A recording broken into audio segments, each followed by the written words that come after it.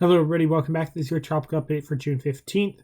We're still watching the three storms that we've been watching. Bloss is now a Category 1 hurricane.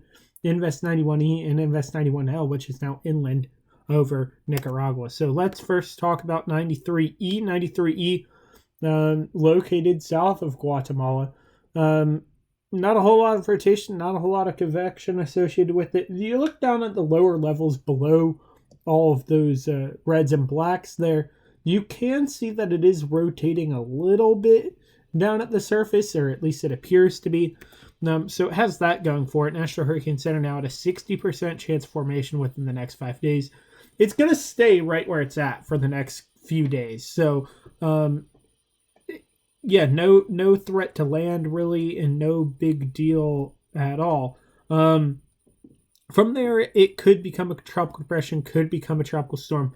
Then it's going to parallel the Mexican coast as it moves up to the northwest. So that's kind of it for 93E. No huge threat there. 93L, mainly just a rainmaker over land. Like 93E, you can see that 93L has a decent amount of rotation at the surface, again, below all of those clouds.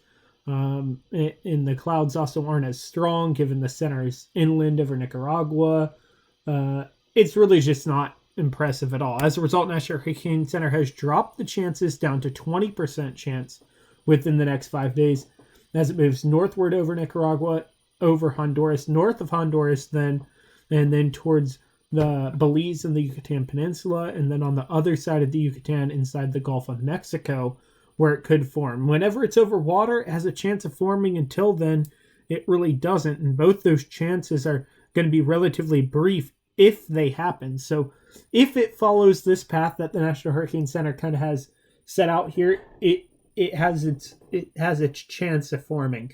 But beyond that, it's probably really not going to form. The alternative scenario is that A, it just cuts across Nicaragua into the Eastern Pacific, or B, it dissipates out completely. Any of those three solutions are possible, or I guess 4 solutions. 1 is it moves north and doesn't develop. 2 is it moves north and develops. 3, it moves across Nicaragua into the Pacific. And 4, it just dies out. At the moment, I'm thinking the dying out option might be the most probable. But there's still a potential, and that's why the National Hurricane Center has set that out. If we look at the GFS, we can actually see this develop. It moves to the north, maybe becomes a brief tropical depression once near Belize and once more in the Gulf of Mexico, right there near Belize and right there in the Gulf of Mexico. As 93E develops slowly south of Guatemala into a tropical storm and then moves off away from land with time. It's really nothing to write home about.